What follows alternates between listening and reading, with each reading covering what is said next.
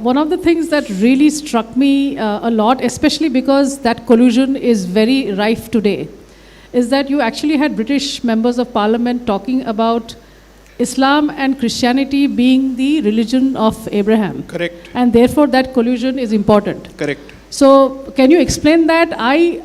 Of course, it infuriates me, it baffles me that, the so-called nation of the Enlightenment should talk and justify ceding the separate electorate and the 3/4 vote, actually citing the fact that the religions are of the same origin. So can you just, especially because this collusion affects us to this day. Correct. So you see, after 1857, when the vast majority of the Muslim population comes under the radar for their participation, not in the independence movement, they actually wanted the revival of the Islamic flag. That much is very clear. I don't think we should even be celebrating it as the first war of independence. So there is a very clear documentation from Pakistan side of historians as well as Indian side of historians who clearly say that they were not fighting for an agnostic independence which is agnostic of religious identity and all that. They're very clear about it. Anybody who shouts Nara-e-Takbir at, let's say, in a fight is not being irreligious, because it's bound to be followed by Allahu Akbar. Okay, that is the slogan. So this was the war cry, and it's recorded in multiple places, and this was not limited only to the north of the Vindhyas. In Madras, these cries were, let's say, they joined them.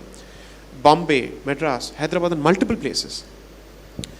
Now, see, here's what happens. Just give me the last train of thought that you just, in the question, you said something in the question. I talked about the collusion, the reference I'll of come the to that. common Right. origin of the religion. So after 1857, what happens is, Syed Ahmad Khan decides to create a defense for Muslims, to say, no, we didn't participate in this. It was Ramdeen and Gangadeen who were participants in this mutiny, which is to say Hindus were responsible for it. We were not responsible for it.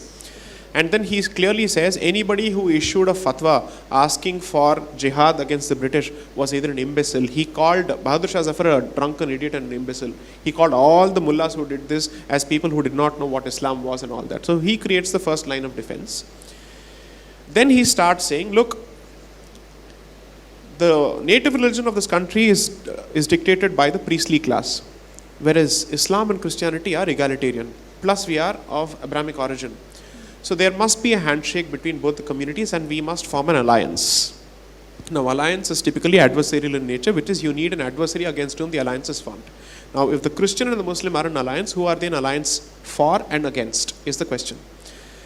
Now, when they say this, he actively also starts encouraging dinners between both communities. He asks Muslims to take up reading of the Bible, to say, do a comparative study to explain how both of us are the same. And the other side also does this. When separate electorates were granted in 1906, one of the calculations that the British had was the immediate region surrounding Bharat has a lot of Muslim countries. Because you see, Turkey is right because it's the Ottoman Empire. You have Turkey, you have Afghanistan, you have all these countries. Therefore, in the interest of placating these interests, it's important for us to give separate electorates to Muslims. And between the two communities, they are more loyal to us. That's the clear statement that is made.